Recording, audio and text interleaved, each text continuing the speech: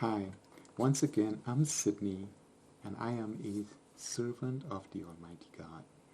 I am also the founder of SOTAG, an organization of people who believe in truth, love, and the brotherhood of mankind. We also accept that we all exist in the presence of the living, omnipresent, omnipotent God. In this session, I wanted to speak about religion is not immunity from evil. But first, I'll do my little pitching for my upcoming book, where all of these inspirations are in the book. So I keep pitching the book. Here's what it looks like. It's called Humanity's Inflection Point. And to go on with a session about religion is not immunity from evil, should be pretty obvious. This should be pretty obvious, because as we all know, there have been many, many scandals where religious leaders were involved in rather heinous acts. And this is not just recently, it's down through time. So religion by itself, unfortunately, so many people use religion. I think of like a fence. Once I go behind this fence, I'm immune from everything. I can do whatever. And that goes into that clannishness thing, right? We are part of the special clan, the wheat versus the chaff, and we are the special ones, so we are immune. We are immune from the rule of law, the commandments. The laws that apply to everyone, and no one is above it, does not apply because we are behind this religious fence. And I'll tell you, I've had my debates with people who come up to me and they say, well, Sid, do you go to church? And I says, that's where we are taught. We go into like a house, and the house of the Lord or whatever. And I'm like, no, that's not. God cannot fit in that place, and it's not important. What is important is my personal relationship with Him, and I cry when I'm down, and I pray to Him, and I ask for forgiveness all the time. But I don't have to be in that group where I see so much hypocrisy, and that, again, like that fence, we go behind that fence and we can do whatever we want. I says, I do not want to be part of that. I want to be part of that big tent. Because that's another thing, right? You go into that little group and this group says, well, we are special to the exclusion of. No, the one creator, all mankind.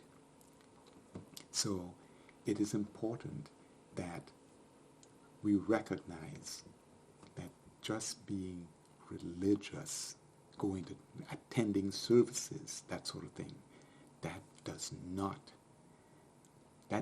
make us in compliance with the commandments. As a matter of fact, unfortunately, many religious leaders, and I've talked about this in the book as well, qualification to be a religious leader should not just be about being able to recite the scriptures, whichever scriptures, because any demon can. It doesn't matter whether it's the Bible, the Quran, the Torah, or any of these religious scriptures. Demons can recite it backwards and forwards. What is important is acknowledging the omnipresent, omnipotent God, and a commitment to abide by His commandments. Anyone who acknowledges the omnipresent God recognizes, I'm in His presence. I must now tailor my behaviors, my thoughts, my words, my actions. And I will try to abide by His commandments. That's what's important. Attending religious sessions does not automatically grant that. As a matter of fact, there are a couple of things that came to me when people question me. One says, I talking about this friend of mine, and he said, so Sid, what about, gay people? And it just came to me. And I said to him, I says, love is better than war. And if someone were to be a sinner, who am I to judge? So, another time someone came and he was saying, yeah, but we have to, and I says, let me tell you something. I recently, well, it's been a while now, but you have the example of someone who went to church a lot. This person was a deacon in the church. You may have heard of BTK, that serial killer who used the acronym BTK for bind, torture, and kill. He was a deacon in the church. So attending church that does not grant you immunity from evil. Acknowledging the omnipresent, omnipotent God, recognizing we are in His presence, and a commitment. This is where demons would not acknowledge the omnipresent, omnipotent God and commit to abiding by His commandments. That is what is the difference between being someone with a connection to the Almighty and someone who just goes to church to be part of some special group that often it gets into hate and bigotry and racism and all of these negative things. Okay, so we must recognize that the keys are recognizing and acknowledging the living, omnipresent, omnipotent God, and having a commitment to abide by His commandments. That is what is important. This is where it gives us that ability to be compliant with Him. We can build a better relationship. And so simply by quoting scriptures, again, any demon can quote scriptures backwards and forwards. And religious leaders should be challenged on this, because are they aware that we all exist in the presence of the living, omnipresent, omnipotent God? And do they emphasize that the commitment to live by His commandments? That is what is important.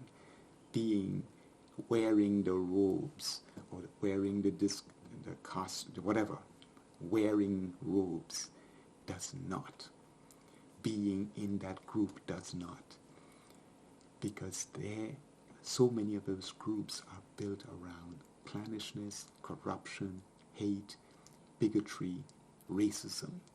It's about being a better person, uplifting yourself by recognizing the omnipresent, omnipotent God, and learning and making a commitment to keep His commandments. Okay, so again, religion does not give you immunity from evil. When we have a personal relationship with the Almighty, evil recognizes that. They recognize that we are of Him, and they may approach, but they cannot invade you. You become immune from them. And so the greed, the hate, the deception, that's how we ward all of that off. We become immune from that when we acknowledge the omnipresent God. We are in His presence, and we have a relationship, and we keep His commandments. I want to thank you again for taking the time and recognize there is no coincidence. This is not just by happenstance you ran into this. Thank you again for taking the time, and until, may God bless.